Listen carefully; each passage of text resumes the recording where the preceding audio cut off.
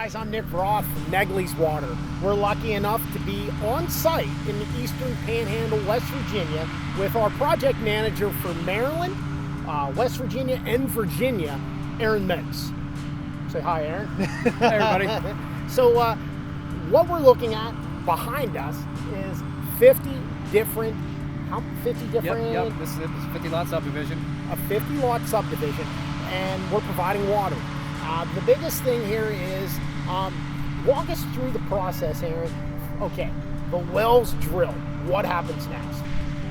So what happens next is once we drill, well is all but complete. We grout the annular space around, okay, and once that grouting is complete, well's done. We submit a completion report, and we move on to the next one.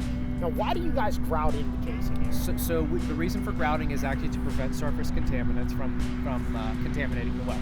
So what contaminants might happen with a shallow well? Yeah, shallow, specifically speaking, shallow well, right? You have great influence from surface water, okay. Right? That is one of the major contributing factors there, right? Is surface water, and if the grout's not there, that's a big problem. Okay, that's a big problem. So we talked about one extreme, a shallow well.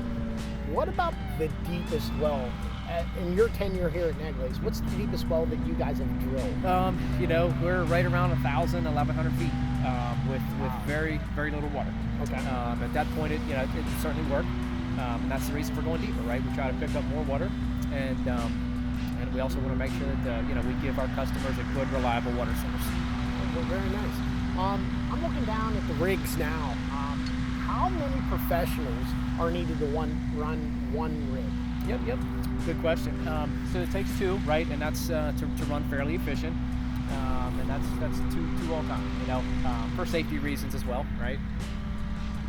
What does a typical day look like for them, start to finish? It's long. It's long.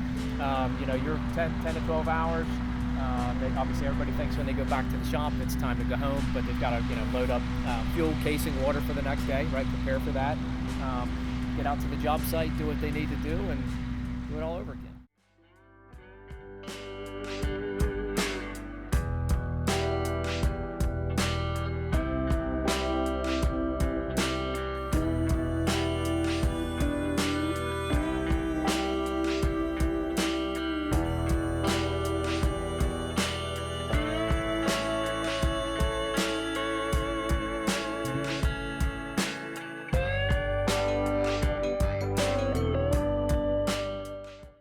You said 50 wells in this division. That's a lot of water needed.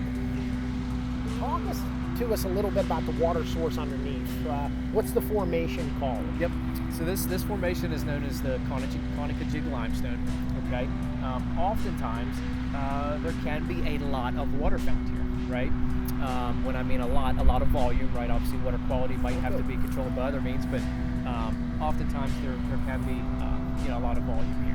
Now, you mentioned water quality, and one unique thing about Negley's Water is we're able to handle everything from below the ground right to the kitchen sink. So not only will we drill the well, we'll put a pump in, and we can handle the water quality. What concerns would an area with limestone have with their water quality? Yep. So the main thing, right, everybody I'm sure already kind of knows this, but is hard water, right? That's one of the main ones. You can have some iron, but a lot of times, obviously, we don't know until we actually test it, right? It's nice to do a site visit, right? Okay. To see kind of the lay of the land, where might be a good spot, where might be a good spot to drill, right? There's obvious setbacks, accessibility, things like that. That's kind of what we look into, but we kind of start with that. So I heard setbacks. Mm-hmm. What kind of obstacles do you and your crews experience all year? Yep. Biggest thing, right, is weather. That's probably the first and foremost. That can be the most challenging. But also setbacks. I mean, sometimes they squeeze well and septic on a let's say a quarter or third acre lot. As long as we can meet our setbacks, we are inclined to, or we are able to drill a well.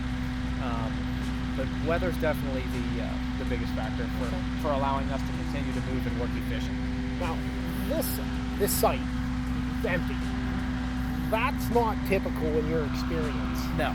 I mean, we do a lot of new home construction, let's say, as far as well drilling goes. Mm-hmm. But we also work in established subdivisions. Harry homeowner, and sometimes it's a little more difficult to contain the mess than what we have here. So the mess, that's kind of like the juice is worth the squeeze, so to speak. And what steps do you guys do in trying to prevent that mess? I saw something on social media last week. Yep. You know, we can start with silt fence, right? Fairly easy to install. Start with silt fence. There's filter bags, retention pits. There's different things, and we try to do at least 3 good practices, right? Okay. 3 best management practices, we call it, to contain a slop, right? Okay. That makes sense to me. What's the most gratifying part of your job? You know, the most gratifying part is probably being able to help those that, let's say, you know, their wells ran dry. Being able to help, you know, help those people get back into water. Get back into water. I like that. It's really gratifying, you know, being able just to help those that need it, right? Very nice. Well, guys, I appreciate your time, and Aaron, thank you for inviting us down here today. It's how lucky were we to be able to enjoy this beautiful day and get to see all this behind us. Absolutely. Thanks again for letting us come down. And guys, with Negley's Water, if you're looking to feel better about your water, we're your source. If you want to get back in the water, Negley's Water can handle that. From below the ground to your kitchen sink, we're here to help you feel better about your water. Thank you.